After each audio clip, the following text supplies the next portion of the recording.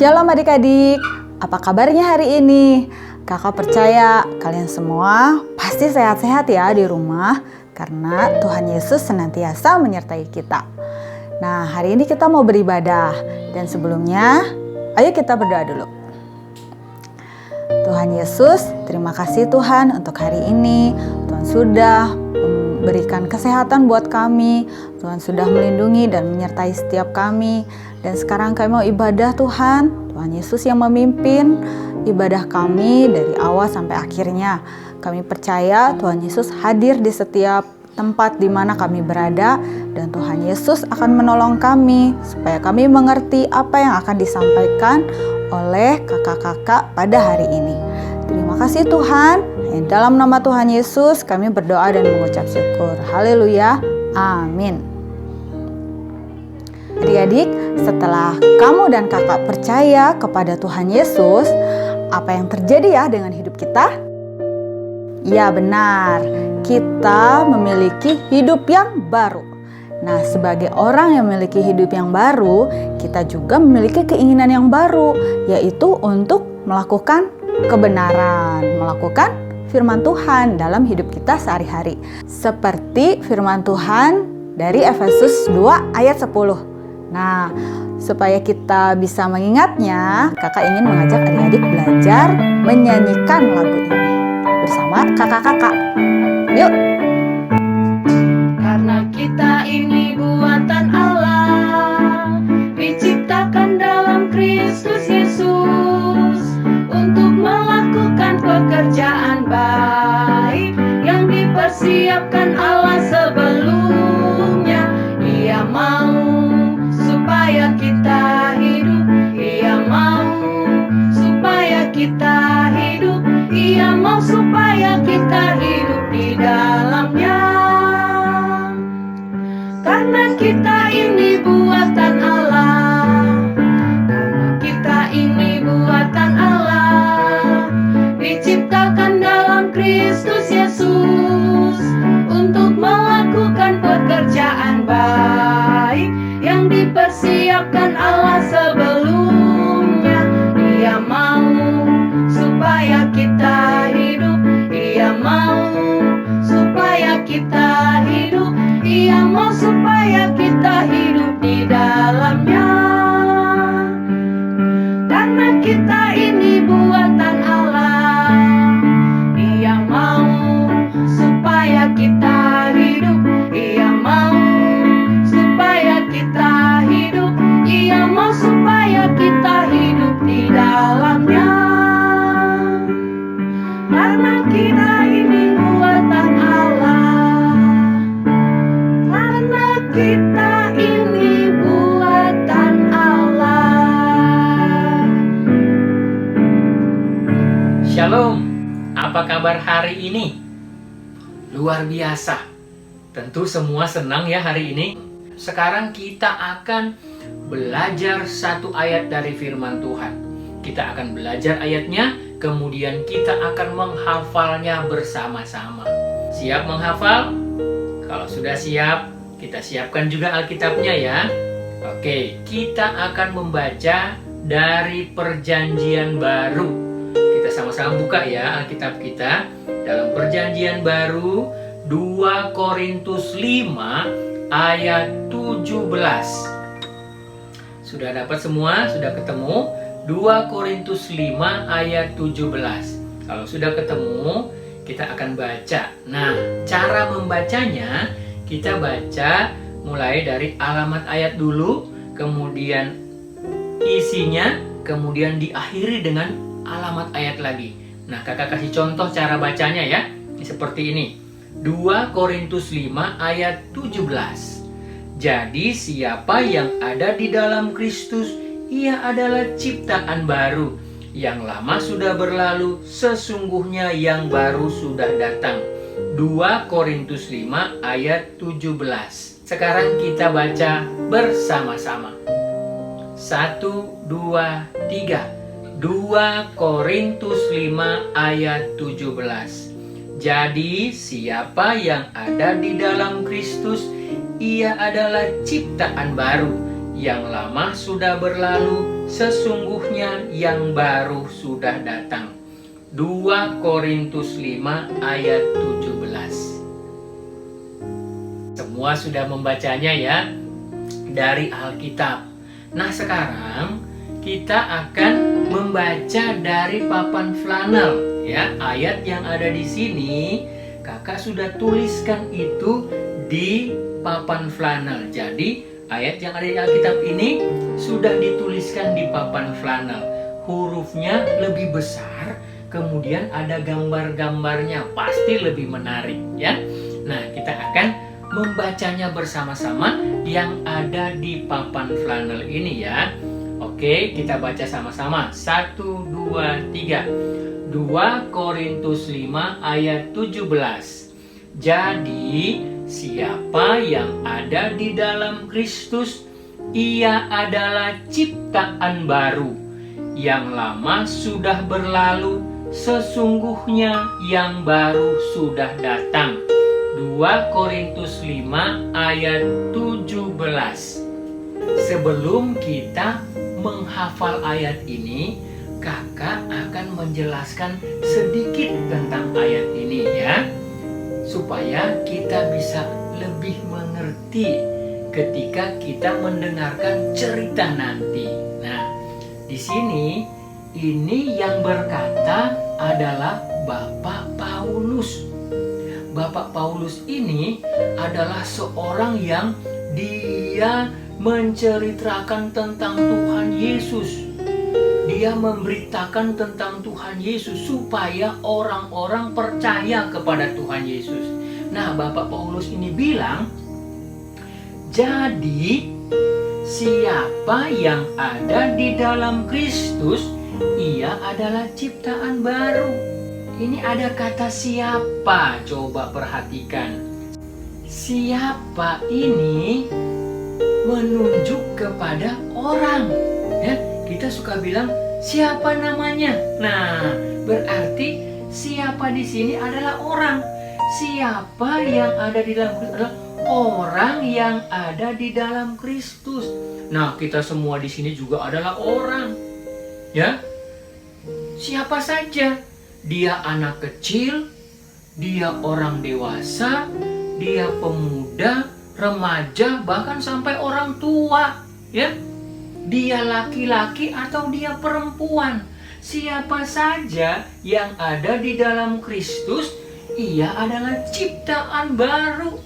Wah, pasti senang orang kalau menjadi ciptaan baru. Tapi bagaimana caranya menjadi ciptaan baru? Menjadi ciptaan baru adalah dia berada di dalam Kristus. Orang itu ada di dalam Kristus. Apa itu ada di dalam Kristus? Bagaimana caranya dia ada di dalam Kristus? Caranya adalah dia percaya. Nih, lihat nih ya. Ini ada gambar salib. Percaya bahwa Tuhan Yesus mati di kayu salib. Untuk apa? Nah, dia percaya bahwa Tuhan Yesus mati di kayu salib menghapuskan dosanya. Nih ada gambar hati yang gelap. Dosa. Dosa adalah perbuatan yang tidak disukai oleh Tuhan. Contohnya adalah mencuri, berbohong, melawan orang tua. Nah, dosa mendatangkan hukuman, yaitu dia tidak bisa ke surga, tetapi dia dihukum di neraka. Itu kata Alkitab, kata firman Tuhan. Tetapi kalau dia ada dalam Kristus, dia percaya kepada Tuhan Yesus, maka dosanya ini sudah dihapuskan dan hatinya menjadi bersih. Itu sebabnya ia adalah ciptaan baru. Kalau dia sudah menjadi ciptaan baru, berarti dia sudah bukan yang lama lagi. Karena yang lama sudah berlalu, sesungguhnya yang baru sudah datang. Apa yang lama itu? Yang lama itu adalah perbuatan dosa yang sudah ditanggung oleh Tuhan Yesus. Sehingga dia dosanya sudah dihapuskan. Itu sebabnya dia tidak lagi dihukum di neraka. Tetapi sesungguhnya yang baru sudah datang. Dia memperoleh hidup yang kekal. Tidak lagi dihukum, tetapi dia memperoleh hidup yang kekal. Yang baru itu adalah dia dosanya sudah dihapuskan dan dia juga sudah memperoleh hidup yang kekal. Kalau dia sudah menjadi ciptaan baru, tentu ya, dia yang lama ini dia tidak suka lagi melakukannya. Tidak suka lagi bohong, tidak suka lagi dia berkata-kata kotor, tidak suka lagi dia untuk mencuri, dia tidak suka melakukan hal-hal yang tidak disukai oleh Tuhan. Tetapi dia sudah menjadi baru. Yang baru sudah datang. Dia sudah suka melakukan yang benar. Seperti dia suka berkata yang jujur, dia suka taat kepada papa dan mama. Nah, itulah yang menjadi ciptaan baru karena dia ada di dalam Kristus. Dia percaya kepada Tuhan Yesus. Nah, sekarang kita akan membacanya dengan cara yang berbeda, ya. Contohnya begini ya, Kak Fengki kasih contoh dulu. 2 Korintus 5 ayat 17. Jadi, Fengki yang ada di dalam Kristus, Fengki adalah ciptaan baru. Yang lama sudah berlalu, sesungguhnya yang baru sudah datang. Ya, kita bersama-sama diganti namanya sendiri, siapa dan ia. Siap? Kita mulai setelah hitungan ketiga ya. 1, 2, 3. 2 Korintus 5 ayat 17. Jadi, si Fengki yang ada di dalam Kristus, Fengki adalah ciptaan baru. Yang lama sudah berlalu, sesungguhnya yang baru sudah datang. Kita semua kalau kita adalah Tuhan Yesus, kita adalah ciptaan baru. Tidak lagi suka melakukan yang tidak disukai oleh Tuhan, tapi kita suka melakukan yang benar. Nah, di dalam ayat ini Paulus menjelaskan, dia memberi satu penerangan bahwa siapa yang ada di dalam Kristus, ia adalah ciptaan baru. Yang lama sudah berlalu, sesungguhnya yang baru sudah datang. Itu sebabnya, karena ini adalah penjelasan, keterangan tentang orang yang ada di dalam Kristus, maka dia harus percaya, perlu percaya dengan sungguh-sungguh.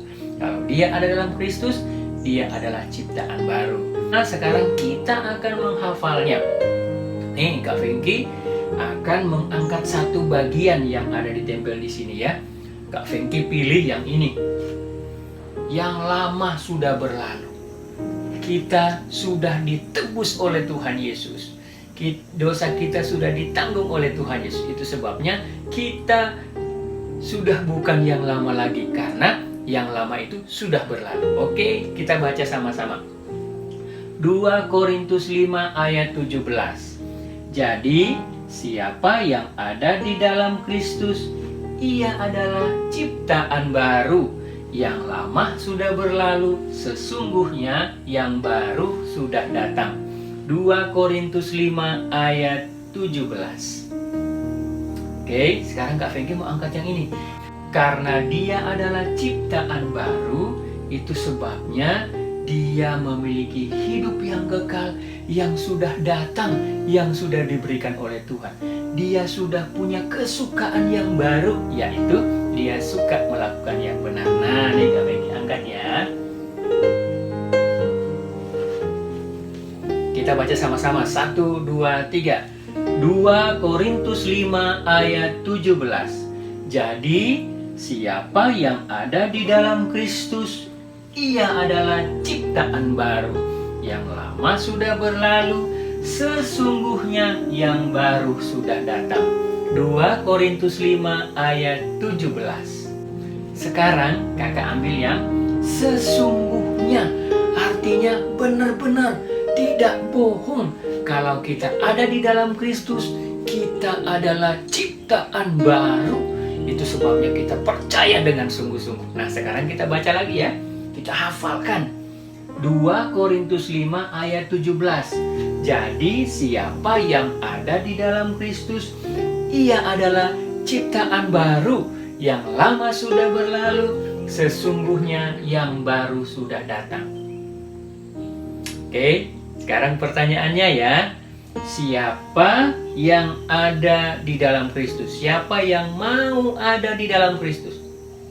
Oke, kalau yang mau ada dalam Kristus berarti nanti akan mendengarkan cerita dengan baik, kemudian pasti akan lebih mengerti tentang siapa yang ada di dalam Kristus. Kita akan membacanya bersama-sama ya. Mari kita hafal sama-sama. Ini apa yang diangkat ya. Kita akan hafal bersama-sama. 1, 2, 3. 2 Korintus 5 ayat 17. Jadi, siapa yang ada di dalam Kristus, ia adalah ciptaan baru. Yang lama sudah berlalu, sesungguhnya yang baru sudah datang. Wah, luar biasa semua. Puji Tuhan, Tuhan memberkati. Anak-anak sudah siap untuk mendengarkan firman Tuhan ya? Ayo lipat tangannya, tutup matanya. Kita akan berdoa terlebih dahulu. Bapa di surga, Bapa di dalam nama Tuhan Yesus, kami mengucap syukur. Hari ini kami kembali mau belajar firman Tuhan. Kiranya Engkau menolong kami, memberikan pengertian yang benar kepada kami, sehingga kami makin mengenal Tuhan Yesus, kami makin kuat di dalam iman kami, dan kami sungguh-sungguh dapat mentaati firman-Mu. Di dalam nama Tuhan Yesus kami mengucap syukur, kami berdoa, kami siap diberkati oleh firman-Mu. Amin. Anak-anak, siapa di antara kalian yang sudah pernah melihat kupu-kupu? Ya, banyak di antara kalian yang sudah melihat kupu-kupu. Apa yang kamu pikirkan ketika melihat kupu-kupu? Wah, pasti menyenangkan ya, karena kupu-kupu adalah binatang yang indah. Kupu-kupu memiliki sayap yang berwarna-warni, dan banyak orang kalau melihat kupu-kupu ingin menangkapnya. Bahkan anak-anak beberapa orang senang mengumpulkan kupu-kupu yang sudah mati, dikeringkan, lalu digunakan untuk menjadi sebuah hiasan dinding yang indah.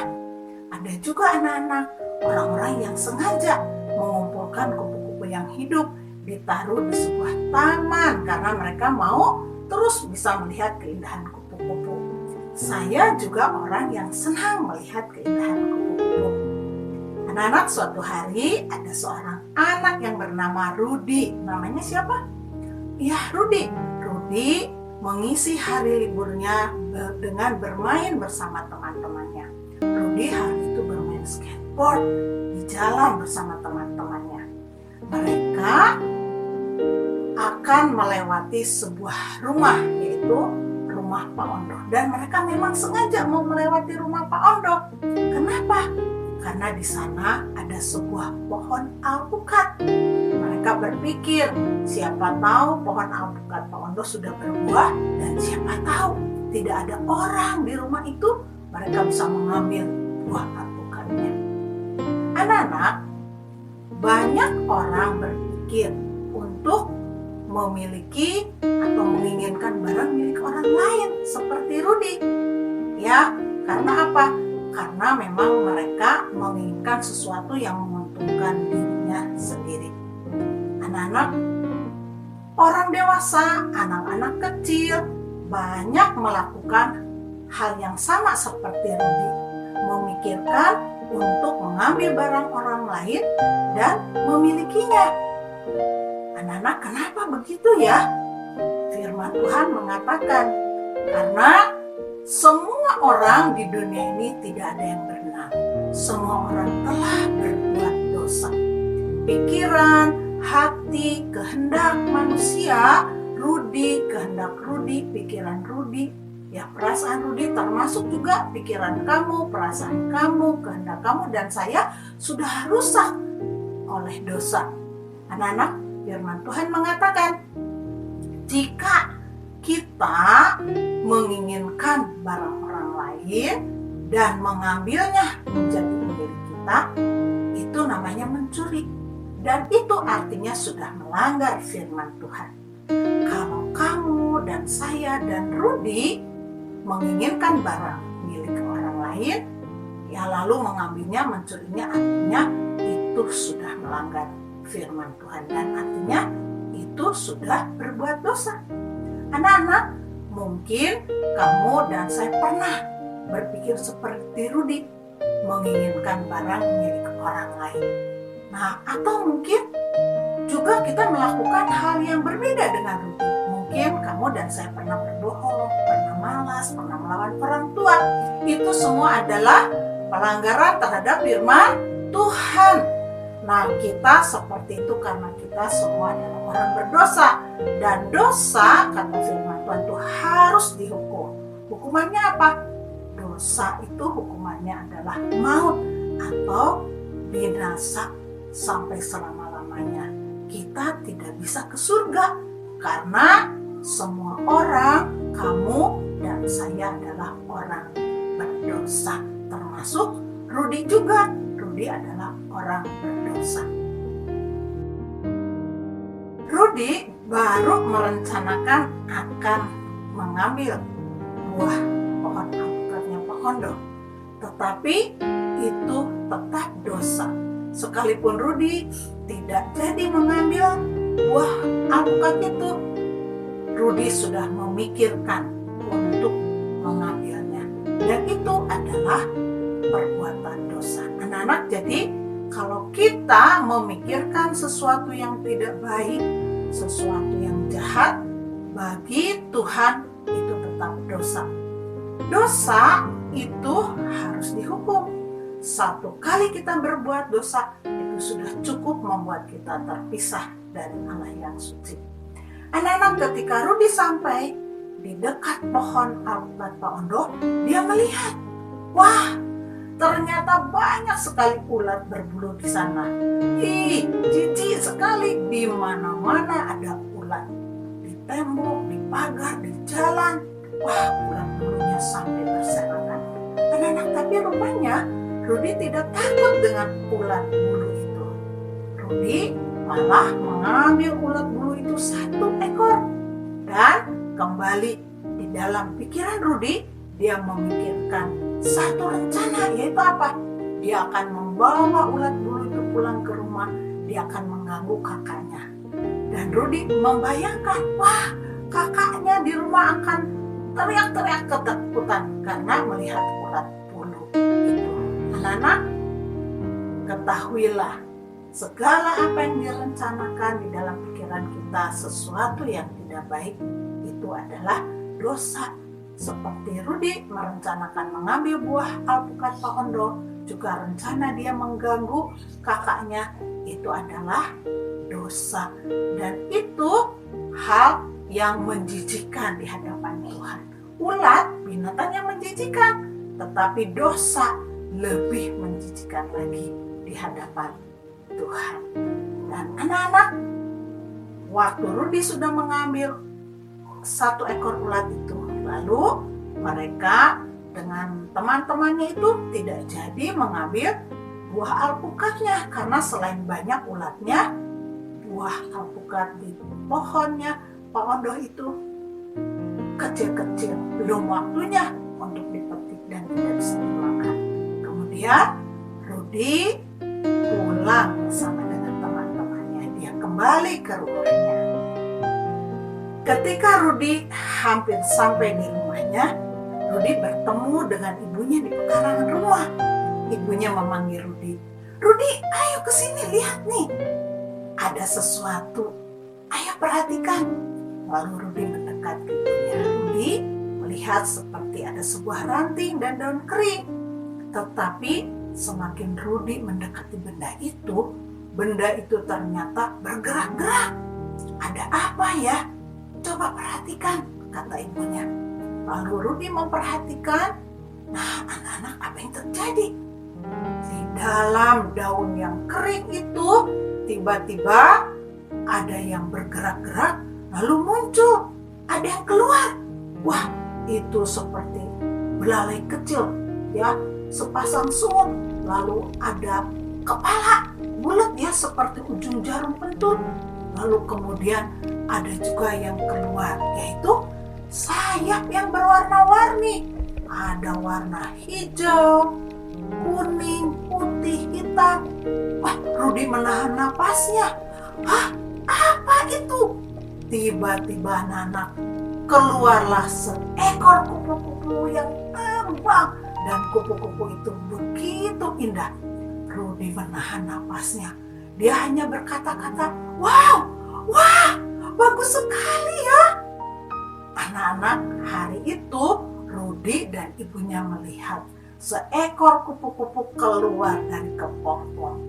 Anak-anak, ibu Rudi berkata, ibu sering melihat kepompong yang kosong. Dan ibu belum pernah melihat kupu-kupu yang keluar dari kepompong. Baru hari ini ibu melihatnya. Dan Rudi juga berkata, iya Bu, saya juga baru melihatnya. Saya sekarang tahu, benarlah apa yang dipelajari di sekolah. Kupu-kupu itu berasal dari ulat. Kami mempelajarinya dalam pelajaran ilmu pengetahuan di sekolah. Kemudian Ibu Rudi menjelaskan, iya Rudi, kupu-kupu itu berasal dari ulat. Suatu waktu ulat itu akan membungkus dirinya dengan kepompong. Dan di dalam kepompong itu rupanya terjadi keajaiban, mukjizat yang besar, yaitu ulat yang tadinya berbulu, ulat yang tadinya menjijikan berubah menjadi kupu-kupu yang begitu indah. Anak-anak, itu adalah sebuah peristiwa yang luar biasa dan itu tidak bisa dikerjakan oleh manusia. Itu hanya bisa dikerjakan oleh Allah yang berkuasa. Allah mengerjakan segala sesuatu sesuai dengan kehendaknya. Dan anak-anak, Allah menciptakan seisi dunia ini untuk kamu dan saya. Allah ingin kamu, saya, Rudi, ibunya Rudi bisa menikmati ciptaan yang indah karena Allah mengasihi kamu dan saya. Anak-anak, di dalam kepompong terjadi satu pekerjaan Tuhan yang luar biasa, mukjizat besar. Ulat berubah menjadi kupu-kupu. Hari itu Rudi berkata kepada ibunya, Bu, bolehkah kepompong kosong ini saya minta? Saya akan membawanya ke sekolah. Anak-anak, kemudian Ibu Rudi memetik ranting pohon itu dan Rudi membawa kepompong itu ke kamarnya. Besoknya Rudi membawa kepompong itu ke sekolah. Wah, anak-anak, di sekolah Rudi menjadi pusat perhatian teman-temannya. Teman-temannya mendengarkan cerita Rudi dan Rudi mengakhiri ceritanya dengan berkata begini, kupu-kupu itu langsung terbang sebelum saya bisa menangkapnya. Nah, anak-anak, Harry, salah satu teman Rudi berkata, saya juga jadi pengen melihat bagaimana kupu-kupu itu terbang keluar dari kepompong. Anak-anak, Rudi begitu senang melihat peristiwa kupu-kupu yang keluar dari kepompong itu. Sepulangnya dari sekolah, Rudi langsung mampir ke rumah gurunya, guru pondok gembira yang bernama Ibu Ana. Dia memberikan kepompong itu ke Ibu Ana. Nah, anak-anak, keesokan harinya, sepulang dari sekolah, Rudi datang lagi ke rumah Bu Ana karena hari itu ada pondok gembira. Biasanya di pondok gembira ada cerita firman Tuhan. Hari itu Ibu Ana menaruh kepompong itu di atas meja yang biasa digunakan untuk menyimpan alat peraga. Dan anak-anak semua duduk mendengarkan dengan baik, bersiap-siap mendengarkan apa yang akan diceritakan oleh Ibu Ana di pondok gembira. Anak-anak, Ibu Ana mulai menceritakan sebuah peristiwa. Seperti sekarang saya menceritakan peristiwa yang sama seperti yang Ibu Ana ceritakan pada anak-anak di Pondok Gembira. Sekarang saya cerita kepada kamu. Anak-anak, suatu hari ada 3 orang yang tergantung di kayu salib di atas sebuah bukit, yaitu di Bukit Golgota. 2 di antaranya di kiri kanan adalah penjahat. Mereka orang-orang jahat yang memang layak dihukum. Tetapi yang di tengah, dia adalah orang benar.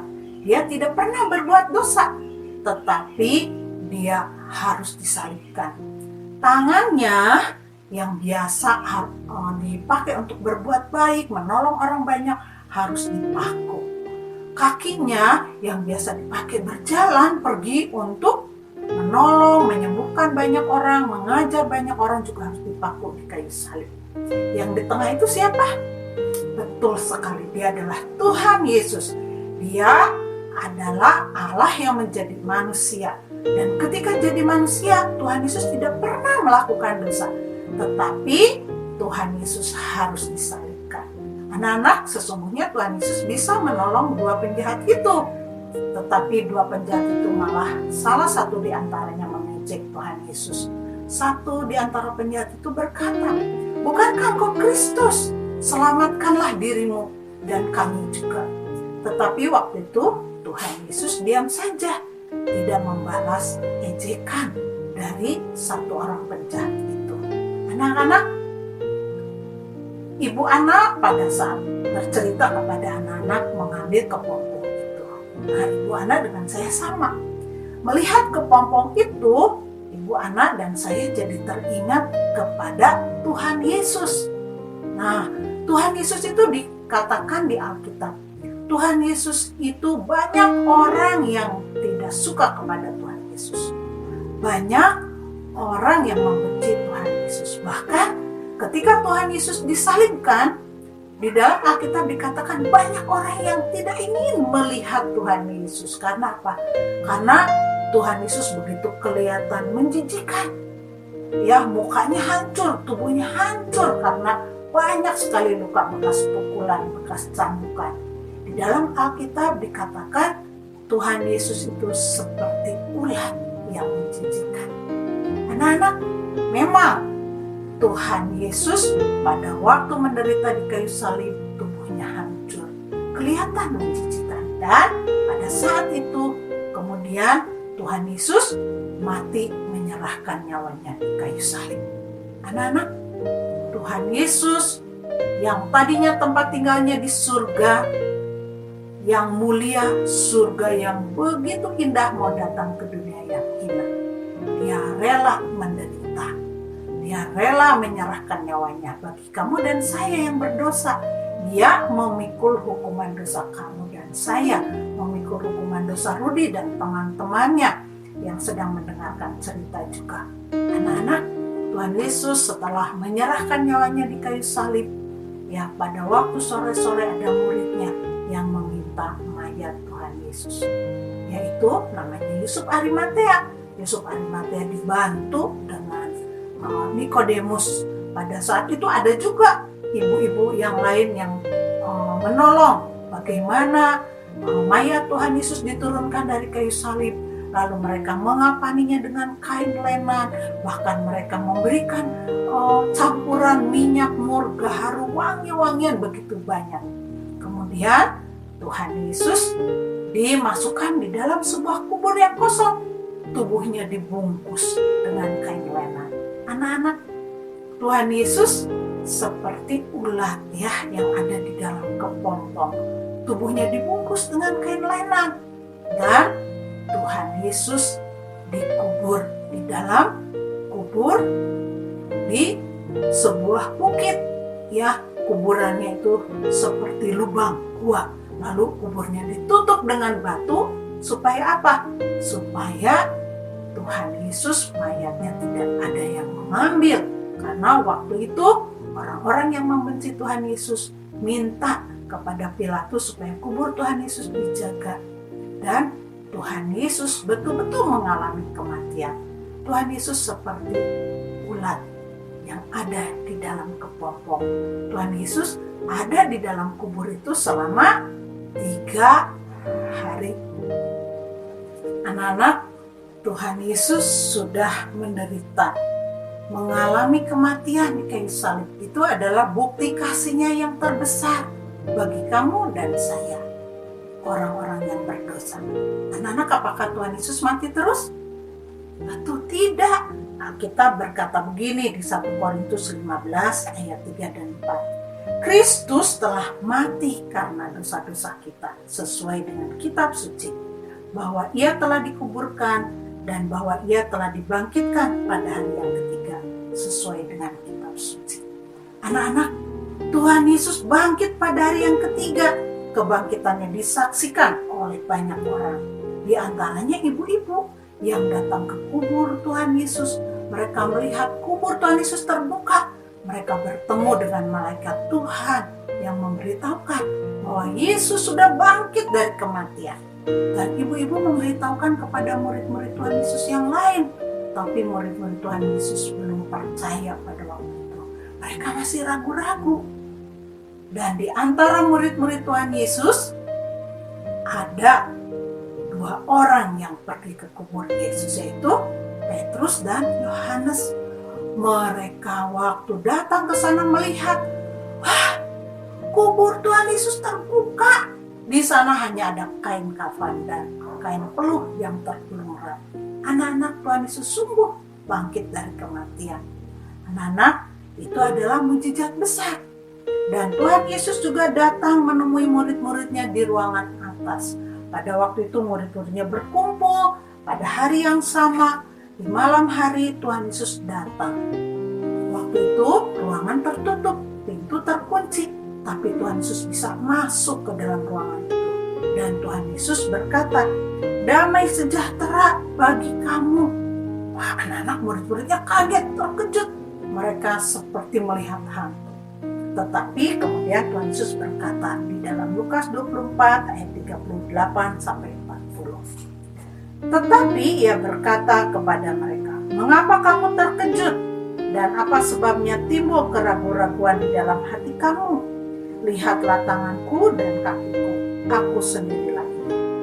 Rabalah aku dan lihatlah, karena hantu tidak ada daging dan tulangnya seperti yang kamu lihat ada padaku. Sambil berkata demikian, Ia memperlihatkan tangan dan kakinya kepada mereka.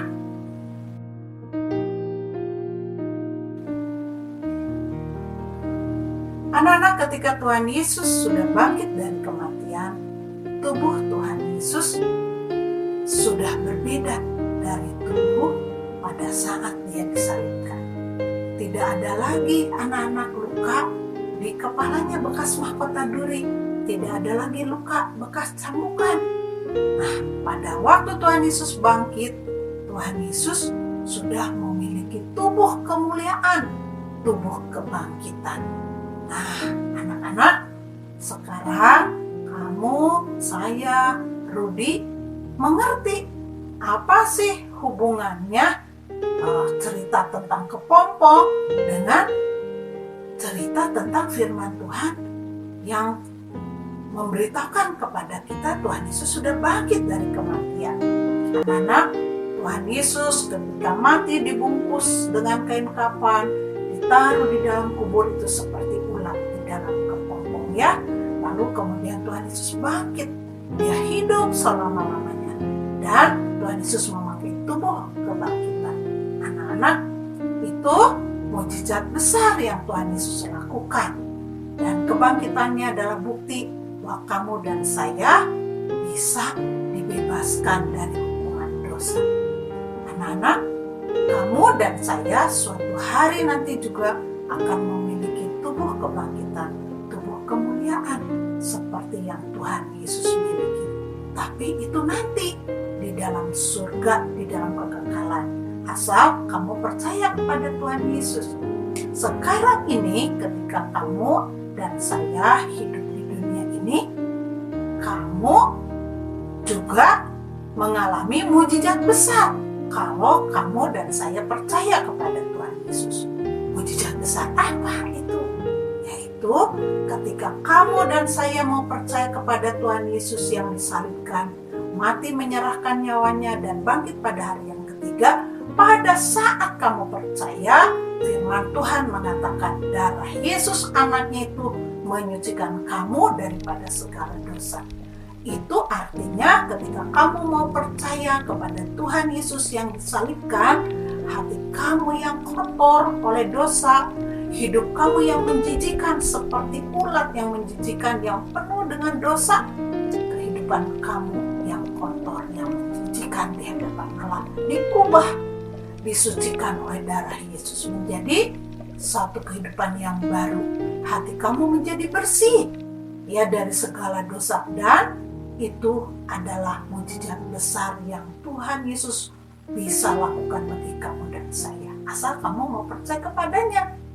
Dan ketika kamu memiliki kehidupan yang baru, artinya kamu juga memiliki satu kehidupan yang indah, yang menyenangkan Tuhan Yesus. Kamu tidak suka lagi melakukan hal-hal yang jahat. Kamu tidak suka lagi melakukan dosa. Karena apa? Karena dalam diri kamu ada Tuhan Yesus yang menolong kamu untuk melakukan hal-hal yang benar, yang menyenangkan Tuhan Yesus. Anak-anak, Tuhan Yesus berkuasa mengubah hidup kamu yang menjijikan karena dosa menjadi kehidupan yang indah, yang menyenangkan. Ya, seperti ulat yang tadinya menjijikan diubah menjadi kupu-kupu yang indah. Nah, kehidupan kamu di dalam Tuhan Yesus adalah kehidupan yang indah, yang menyenangkan Tuhan Yesus. Anak-anak, akhirnya Rudi pun mengerti betapa Tuhan Yesus mengasihinya dan menginginkan hidupnya diubah menjadi sebuah kehidupan yang baru. Anak-anak, hari itu Rudi memilih untuk memutuskan percaya kepada Tuhan Yesus supaya kehidupannya menjadi kehidupan yang baru, kehidupan yang indah, dan kehidupan yang menyenangkan Tuhan Yesus. Nah, sekarang anak-anak, adakah di antara kamu yang belum pernah mengatakan percaya kepada Tuhan Yesus? Anak-anak, mungkin di antara kamu masih banyak yang baru mengerti sekarang bahwa kehidupan kamu yang penuh dengan dosa adalah kehidupan yang menjijikan di hadapan Tuhan Yesus. Dan dosa menyebabkan kamu terpisah dari Allah yang suci. Namun Tuhan Yesus sangat mengasihi kamu, mengasihi saya juga, mengasihi Rudi juga, dan mengasihi semua orang yang ada di dunia ini. Tuhan Yesus sudah rela menderita, mati di kayu salib, menyerahkan nyawanya, bangkit untuk menyelamatkan kamu dari hukuman dosa, juga untuk mengubah kehidupan kamu yang menjijikan menjadi kehidupan yang baru. Anak-anak, kupu-kupu ini mengingatkan kepada kita bahwa satu kehidupan baru yang diberikan oleh Tuhan Yesus adalah kehidupan yang indah, yang menyenangkan. Nah, anak-anak, ulat bisa berubah menjadi kupu-kupu. Itu pekerjaan Tuhan yang luar biasa. Tetapi lebih luar biasa lagi, lebih hebat lagi, lebih ajaib lagi pekerjaan Tuhan Yesus di dalam hidup kamu, di dalam hidup saya yang mau percaya kepadanya. Yaitu Tuhan Yesus mengubah kehidupan kamu yang menjijikan karena dosa menjadi kehidupan yang baru, kehidupan yang indah, kehidupan yang menyenangkan bagi Tuhan Yesus. Asal kamu mau percaya kepadanya. Nah, adakah anak-anak sekarang yang belum pernah mengatakan percaya kepada Tuhan Yesus mau mengatakan percaya kepada Tuhan Yesus yang disalibkan, mati menyerahkan nyawanya, bangkit pada hari yang ketiga? Ada? Boleh angkat tangannya. Puji Tuhan. Terima kasih kepada anak-anak yang sudah mau percaya kepada Tuhan Yesus. Sekarang turunkan lagi tangannya. Bagi kamu yang sudah percaya kepada Tuhan Yesus, kamu sudah diselamatkan oleh Tuhan Yesus. Karena ketika kamu percaya kepada Tuhan Yesus, hati kamu dibersihkan dari segala dosa, dan kamu sudah memperoleh pengampunan dosa, juga pasti kamu memperoleh hidup yang kekal. Firman Tuhan mengatakan, setiap orang yang mau percaya kepada Tuhan Yesus, ia tidak binasa, melainkan beroleh hidup yang kekal. Jadi, kamu yang sudah percaya kepada Tuhan Yesus tidak perlu lagi mengatakan percaya kepada Tuhan Yesus. Cukup satu kali mengatakan percaya kepada Tuhan Yesus. Anak-anak, ulat, kepompong, kupu-kupu mengingatkan kita kepada sebuah kehidupan yang ajaib, yaitu kehidupan Tuhan Yesus yang sungguh hebat, yang sudah rela datang ke dunia, menderita, mau mati menyerahkan nyawanya dan bangkit pada hari yang ketiga. Juga mengingatkan kepada kehidupan kamu dan saya yang sudah diubahkan menjadi kehidupan yang baru. Ingatlah, kamu sudah diubah menjadi anak yang baru. Perasaan kamu, pikiran kamu, kehendakmu, semuanya sudah menjadi baru. Sekarang keinginan kamu, pikiran kamu, perasaan kamu adalah semuanya untuk melakukan hal-hal yang benar, hal-hal yang menyenangkan hati Tuhan Yesus. Karena kamu adalah anak yang sudah menjadi ciptaan yang baru. Ayat hafalan kita hari ini apa? Ayo kita ucapkan bersama-sama ya. 2 Korintus 5 ayat 17. Jadi, siapa yang ada di dalam Kristus, ia adalah ciptaan yang baru. Yang lama sudah berlalu, sesungguhnya yang baru sudah datang. 2 Korintus 5 ayat 17. Nah, anak-anak, bersyukurlah dan ingatlah terus bahwa kamu sudah menjadi ciptaan yang baru. Di dalam diri kamu ada hal-hal yang kamu ingin lakukan, yaitu hal yang baru, yang benar, yang menyenangkan hati Tuhan Yesus. Puji Tuhan. Mari sekarang kita akan berdoa. Lipat tangannya, tutup matanya. Tuhan Yesus, kami mengucap syukur untuk firman Tuhan hari ini. Terima kasih untuk keajaiban kehidupan yang baru yang Tuhan berikan kepada kami. Kami sungguh percaya kepadamu Tuhan Yesus. Engkau sudah mati di kayu salib, menyerahkan nyawamu, bangkit pada hari yang ketiga untuk menyelamatkan kami dan mengubah hidup kami menjadi baru. Sekarang tolong kami supaya kami terus mau melakukan hal-hal yang benar, yang menyenangkan hati Tuhan Yesus, karena kami adalah anak-anak yang sudah menjadi ciptaan baru. Kami bersyukur, berdoa di dalam nama Tuhan Yesus. Amin. Adik-adik, tadi kalian sudah mendengarkan firman Tuhan tentang hidup yang ajaib.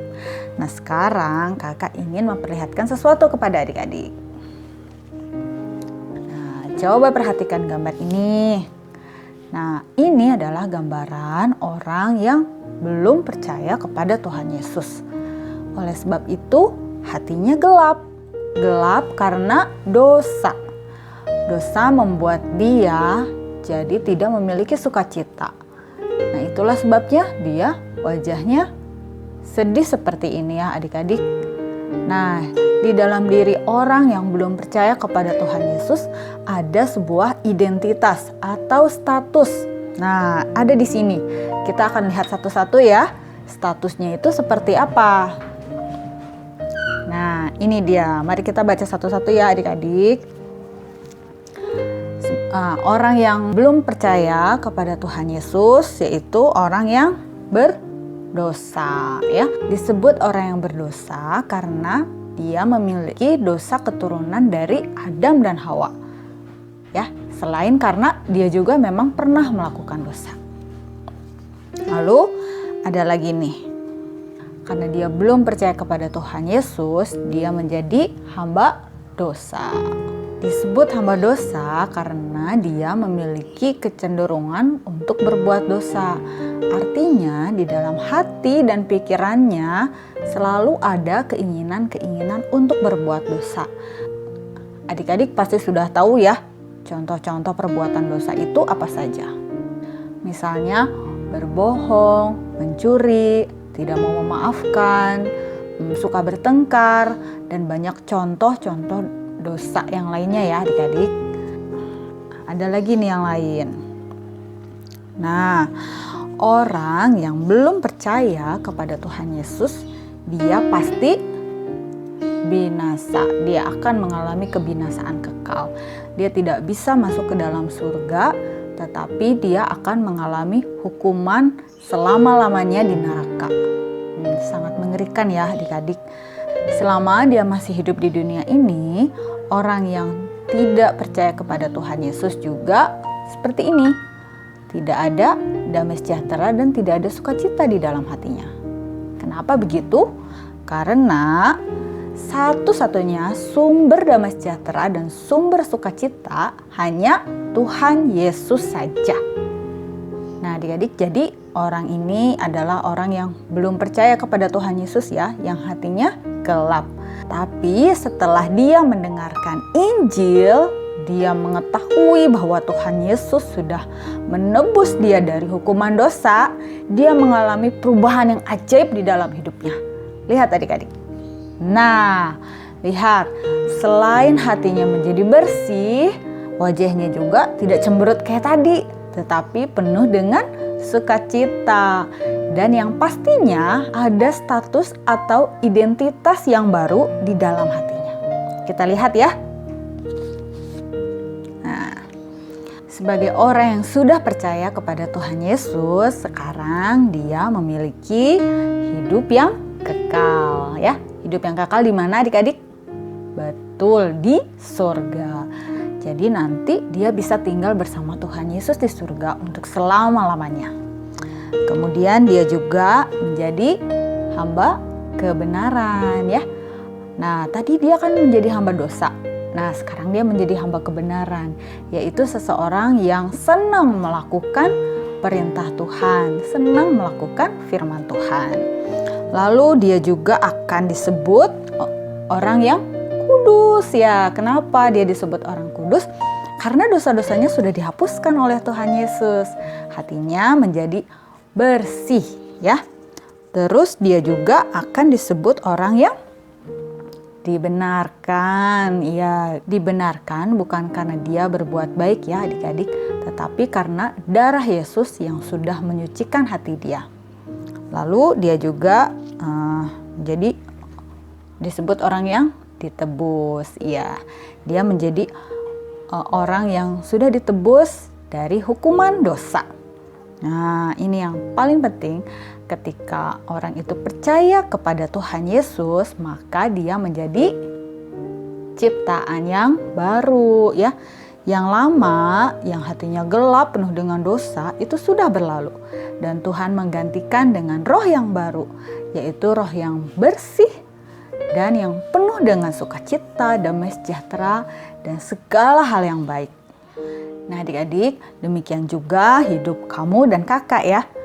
Sebelum kita percaya kepada Tuhan Yesus, kita itu seperti ini yang hatinya gelap penuh dengan dosa. Tetapi setelah kita percaya kepada Tuhan Yesus, Tuhan mengubahkan hidup kita dengan ajaib menjadi memiliki hati yang bersih seperti ini adik-adik. Bahkan lebih putih nih daripada gambar hati ini. Darah Tuhan Yesus sudah menebus kita dari hukuman dosa dan sudah membuat hidup kita menjadi baru. Nah, suatu hari nanti kita bisa tinggal bersama-sama dengan Tuhan Yesus di surga. Bukan hanya untuk setahun atau 2 tahun, tapi untuk selama-lamanya. Dan selama kita masih hidup di dunia ini, Tuhan Yesus tidak meninggalkan kita, tetapi Tuhan selalu menyertai kita dan memimpin hidup kita. Adik-adik, marilah kita bersyukur kepada Tuhan, karena Tuhan Yesus itu sangat baik. Tuhan Yesus juga berkuasa mengubahkan kehidupan kita. Ingatlah bahwa kamu adalah ciptaan yang baru ya adik-adik. Ciptaan baru yang memiliki keinginan yang baru, yaitu untuk apa? Ya, untuk melakukan pekerjaan-pekerjaan baik yang telah dipersiapkan Allah sebelumnya. Puji Tuhan, Tuhan Yesus memberkati.